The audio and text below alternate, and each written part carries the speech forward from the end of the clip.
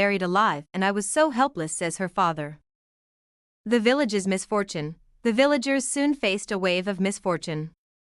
Crops withered, the stream fed by a nearby river dried up, and illness began to spread. The villagers gathered in the square to discuss the calamities. This must be a curse. We must find who brought this upon us.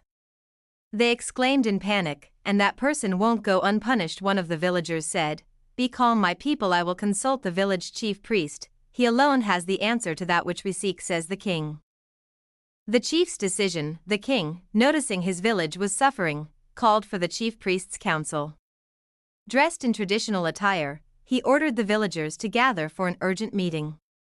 We must seek guidance from the spirits, he declared, seeking understanding of what had caused the village's sorrow. The chief priest's revelation. The village chief priest, adorned in ceremonial robes, began performing rituals amidst the gathering.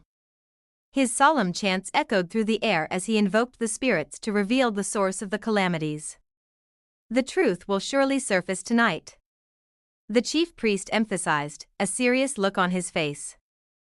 Chica's guilt and regret. Chica, feeling the weight of her actions, wandered into the dark forest. I have killed my sister with my actions. She lamented amidst tears, realizing that her negligence had brought pain and suffering not just to her sister, but the entire village. The shadows of the trees seemed to loom over her, reflecting her inner turmoil. The moment of truth. As the villagers anxiously awaited the priest's revelation, Chica made her way back to the pit where Amara was buried.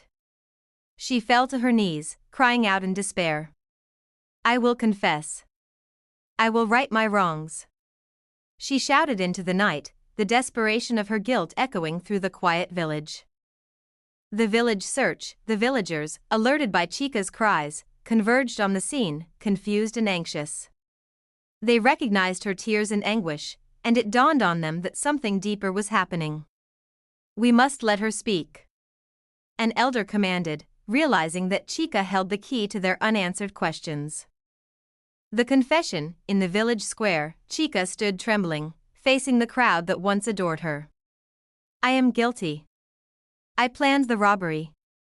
I framed my own sister, she admitted with a choked voice. Gasps filled the air, shock enveloping the crowd as disbelief washed over them.